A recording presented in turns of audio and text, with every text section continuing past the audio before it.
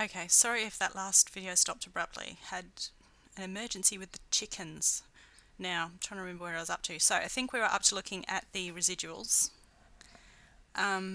So you'll notice that every time I've run a model, because I'm clicking to save the residuals, I keep getting more and more columns. This can be a little bit confusing to remember where you're up to. I usually recommend that you clean these out. If you're not using the model, clean them out, clear. So I'm only interested in the residuals for this last model which I've run. So if you remember, the things that we're looking at with these residuals are that there are no sort of curves evident in the data, that they're randomly scattered, that there's no increase or decrease in variance, and that they're approximately normal.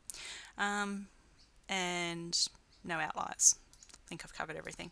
So we can do that with just a few plots. Let me reset these. So the first thing we might look at is just checking for normality. I think that's the easiest thing to look at. I'm just going to do this with a histogram and display the normal curve. Okay, that's looking all right.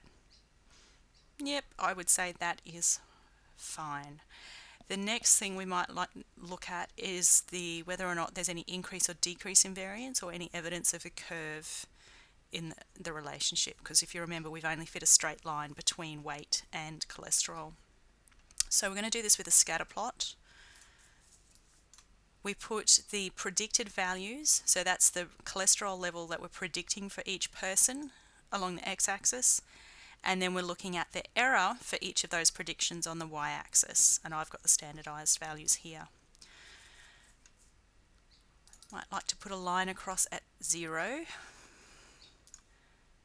So again, there's nothing much to see here. Maybe there's a tiny bit of a curve there. If you're interested, you could try fitting that and see if that helps, but there's no obvious increase or decrease in variance. They look fairly randomly scattered about.